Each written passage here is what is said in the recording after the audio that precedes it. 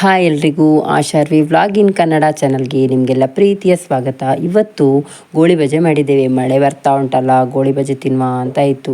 ನೋಡಿ, ಮಗಳು ಒಂದೊಂದೇ ಇಡ್ತಾ ಇದ್ದಾಳೆ, ಸಾಕು ಸಾಕು ಹೇಳಿದಾಗೆ. ನಾನು ಚಟ್ನಿ ಕೂಡ ಇಟ್ಟು ರೆಡಿ ಮಾಡಿದ್ದೇನೆ, ಅದರ ಜೊತೆಗೆ ಅವಳು ಗೋಳಿ ಬಜೆ ಇಡ್ತಾ ಇದ್ದಾಳೆ. ಎಷ್ಟು ಚೆನ್ನಾಗಿ ಬಂದಿದೆ ಗೊತ್ತುಂಟ, ತುಂಬ ರುಚಿ ಕೂಡ ಆಗಿದೆ, ತುಂಬ ಸಾಫ್ಟಾಗಿ ಉಂಟು ನೋಡಿ, ತುಂಬ ಚೆನ್ನಾಗಿ ಬಂದಿದೆ. ಇದನ್ನು ನಾವು ಹೇಗೆ ಮಾಡೋದು ಅಂತ ನೋಡೋಣ ಅಲ್ವಾ, ಬನ್ನಿ. ಒಂದು ಬೌಲ್ ತಗೊಂಡಿದ್ದೇನೆ ಮಿಕ್ಸಿಂಗ್ ಮಾಡಲಿಕ್ಕೆ. ಇದಕ್ಕೆ ನೋಡಿ 1 ಕಪ್ಪಷ್ಟು ಮೊಸರನ್ನು ಹಾಕ್ತಾಯಿದ್ದೇನೆ. 1 ಕಪ್ಪು ಮೊಸರು ಹಾಕಿದ ಕಪ್ಪಲ್ಲೇ 1.5 ಕಪ್ಪಷ್ಟು ಮೈದಾ ಹಿಟ್ಟನ್ನು ನಾವು ಹಾಕ್ಕೊಳ್ಬೇಕು. ಇದನ್ನು ಮೈದಾ ಹಿಟ್ಟಲ್ಲೇ ಮಾಡಬೇಕು, ಬೇರೆ ಆಪ್ಷನ್ ಇಲ್ಲ. ಹಾಗಾಗಿ ಮೈದಾ ಹಿಟ್ಟನ್ನು ನೀವು ಸೇರಿಸ್ಕೊಳ್ಳೇಬೇಕು. ಮೈದಾ ಹಿಟ್ಟು ಹಾಕಿದ ನಂತರ ಇದಕ್ಕೆ ಒಂದು 2 ಇಂಚಷ್ಟು ಶುಂಠಿ, ಹಾಗೆ ಒಂದು 2 ಹಸಿಮೆಣಸು, ನಂತರ ಒಂದು 2 ಕಡ್ಡಿಯಷ್ಟು ಕರಿಬೇವು ಸೊಪ್ಪನ್ನು ಚಿಕ್ಕದಾಗಿ ಕಟ್ ಮಾಡಿ ಇಟ್ಕೊಂಡು ರೆಡಿ ಮಾಡಿಟ್ಟಿದ್ದೆ, ಅದನ್ನು ಸೇರಿಸ್ಕೊಳ್ಳುವ. ನೀವು ಇದ್ರ ಜೊತೆಗೆ ಒಂದು ಅರ್ಧ ಚಮಚ ಜೀರಿಗೆ ಹಾಕಬೇಕಾಯ್ತಾ. ನನಗೆ ಜೀರಿಗೆ ಹಾಕಲಿಕ್ಕೆ ಇಲ್ಲಿ ಮಿಸ್ ಆಗಿದೆ, ಲಾಸ್ಟಿಗೂ ಕೂಡ ಮರ್ತೇ ಹೋಯಿತು ನನಗದು. ನೀವು ಜೀರಿಗೆ ಹಾಕಲೇಬೇಕು, ನನಗೆ ಇಲ್ಲಿ ಮಿಸ್ ಆಗಿದೆ. ಜೀರಿಗೆ ಜೊತೆ ನೀವು ಒಂದು ಸ್ವಲ್ಪ ಕಾಯಿ ಪೀಸಸ್ ಬೇಕಂದರೆ ಹಾಕ್ಕೊಳ್ಬೋದು, ಅದೆಲ್ಲ ಆಪ್ಷನಲ್. ಆದರೆ ಜೀರಿಗೆ ನೀವು ಹಾಕಲೇಬೇಕು. ಅದಾದ ನಂತರ ನೋಡಿ, ಒಂದು 4 ಚಮಚದಷ್ಟು ಎಣ್ಣೆ ಹಾಕ್ಕೊಂಡಿದ್ದೇನೆ, ಒಂದು 3/4 ಚಮಚದಷ್ಟು ಉಪ್ಪು, ಹಾಗೆ 1.5 ಚಮಚದಷ್ಟು ಸಕ್ಕರೆ. ಇದಿಷ್ಟನ್ನು ಹಾಕ್ಕೊಂಡು ಚೆನ್ನಾಗಿ ಇದನ್ನು ಮಿಕ್ಸ್ ಮಾಡಬೇಕು. ನಮಗೆ ಇದೇ ಮೊಸರು ಸಾಕಾಗ್ತದೆ ಹಿಟ್ಟಿಗೆ. ಅಕಸ್ಮಾತ್ ಗಟ್ಟಿ ಆಯಿತು ಅಂದರೆ ಒಂದು ಸ್ವಲ್ಪ ನೀರನ್ನು ಸೇರಿಸ್ಕೊಳ್ಬೋದು.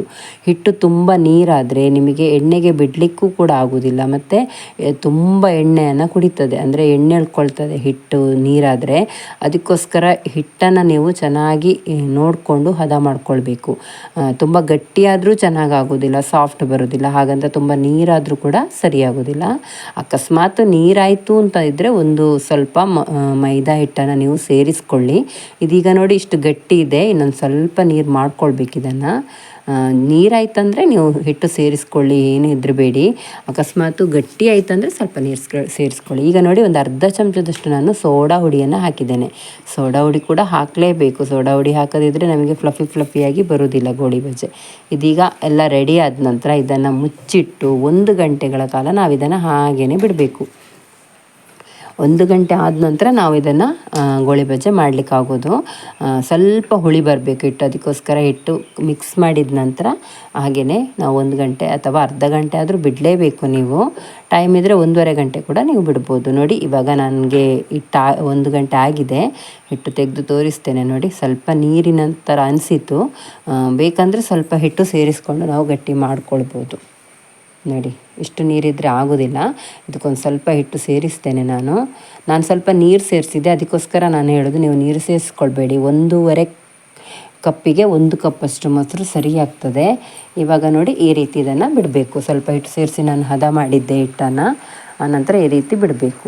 ತುಂಬ ಚೆನ್ನಾಗಿ ಬಂದಿದೆ. ಫುಲ್ ಕಲರ್ ಬರುವ ತನಕ ಇದನ್ನು ನಾವು ಎಣ್ಣೆಯಲ್ಲಿ ಕರಿಬೇಕು. ನೋಡಿ ಎಷ್ಟು ದೊಡ್ಡ ಆಯಿತು, ನಾವು ಹಾಕುವಾಗ ಸಣ್ಣ ಉಂಡೆ ಇರ್ತದೆ. ನೋಡಿ, ಚೆನ್ನಾಗಿ ಬಂದಿದೆ.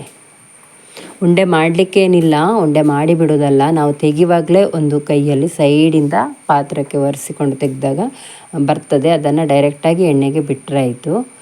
ಇದು ಸ್ವಲ್ಪ ಕಲರ್ ಬಂದ ಮೇಲೆ ನಾವು ಇದನ್ನು ತೆಗಿಬೇಕು. ತುಂಬ ರುಚಿಯಾಗಿ ಬಂದಿದೆ ಈ ಗೋಳಿ ಬಜೆ. ನೀವು ಸಹ ಒಂದು ಸತಿ ಇದೇ ರೀತಿ ಟ್ರೈ ಮಾಡಿ.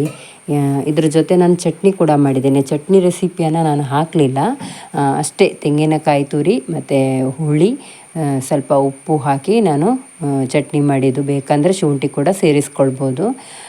ಆನಂತರ ಒಂದು ಒಗ್ಗರಣೆ ಹಾಕಿರೋದು, ಕರಿಬೇವು ಸೊಪ್ಪು, ಸಾಸಿವೆ ಎಲ್ಲ ಹಾಕಿ. ಇವಾಗ ಇನ್ನೊಂದು ಸತಿ ಎಣ್ಣೆಗೆ ಬಿಡ್ತಾ ಇದ್ದೇವೆ. ನೋಡಿ, ತುಂಬ ರುಚಿಯಾಗಿದೆ.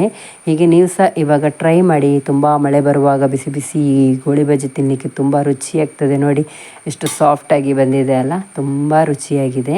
ಹಾಗೆ ಯಾರೆಲ್ಲ ನನ್ನ ವೀಡಿಯೋಸ್ನ ನೋಡ್ತಾ ಇದ್ದೀರಾ, ನೀವು ಸಬ್ಸ್ಕ್ರೈಬರ್ ಆಗದೆ ನೋಡ್ತಾ ಇದ್ದರೆ ಪ್ಲೀಸ್ ಸಬ್ಸ್ಕ್ರೈಬರ್ ಮಾಡ್ಕೊಳ್ಳಿ. ಪಕ್ಕದಲ್ಲಿರೋ ಬೆಲ್ ಐಕಾನ್ ಕ್ಲಿಕ್ ಮಾಡಿದರೆ ನಾನು ಹಾಕೋ ರೆಸಿಪಿ ನಿಮಗೆ ನೋಟಿಫಿಕೇಷನಲ್ಲಿ ಬರ್ತದೆ. ಹಾಗೆ ಕಮೆಂಟ್ ಮಾಡಿ, ನಿಮ್ಮ ಫ್ರೆಂಡ್ಸ್ ಫ್ಯಾಮಿಲಿಯವರಿಗೆ ಶೇರ್ ಕೂಡ ಮಾಡಿ. ನೋಡಿ, ತುಂಬ ರುಚಿಯಾಗಿ ಬಂದ ಗೋಳಿ ಬಜೆಯನ್ನು ನನ್ನ ಮಗಳು ತಟ್ಟೆಗೆ ಕೂಡ ಹಾಕ್ತಾ ಇದ್ದಾಳೆ. ಹಾಗೆ ನೀವು ಸಹ ಟ್ರೈ ಮಾಡಿ ಆಯಿತಾ. ತುಂಬ ಚೆನ್ನಾಗಿ ಬಂದಿದೆ ಈ ಗೋಳಿ ಬಜೆ. ಹಾಗೆ ಲೈಕ್ ಮಾಡಿ, ಶೇರ್ ಮಾಡಿ, ಕಮೆಂಟ್ ಕೂಡ ಮಾಡಿ. ಇದೇ ರೀತಿ ನೀವು ಸಹ ಒಂದು ಸರ್ತಿ ಟ್ರೈ ಮಾಡಿ. ಮಗಳು ಬೇರೆ ತಟ್ಟೆಗೆ ಹಾಕಿದ್ದಲ್ಲದೆ ನೋಡಿ, ಅವಳು ಒಂದು ತಟ್ಟೆಗೆ ಹಾಕ್ಕೊಂಡು ಎಷ್ಟು ಹಾಕ್ಕೊಂಡಿದ್ದಾಳೆ ನೋಡಿ, ನೀವು ನೋಡ್ಬೋದು. ಒಂದನ್ನು ತಕ್ಕೊಂಡು ಚಟ್ನಿ ಜೊತೆ ತಿಂತಾ ಇದ್ದಾಳೆ. ಚೆನ್ನಾಗಿದೆ ಅಂತೆ. ಅಷ್ಟೇ, ಅವಳು ಎಷ್ಟು ಮಾಡಿದರೂ ಅಷ್ಟೇ 1-2 ತಿಂತಾಳೆ. ಇಲ್ಲಿ ನೋಡಿ, ಚಟ್ನಿ ಜೊತೆ ತಿನ್ನೋದು ಅಪರೂಪ. ಚೆನ್ನಾಗಿದೆ ಅಂತಿದ್ದಾಳೆ. ಹೀಗೆ ಟ್ರೈ ಮಾಡಿ ಆಯಿತಾ.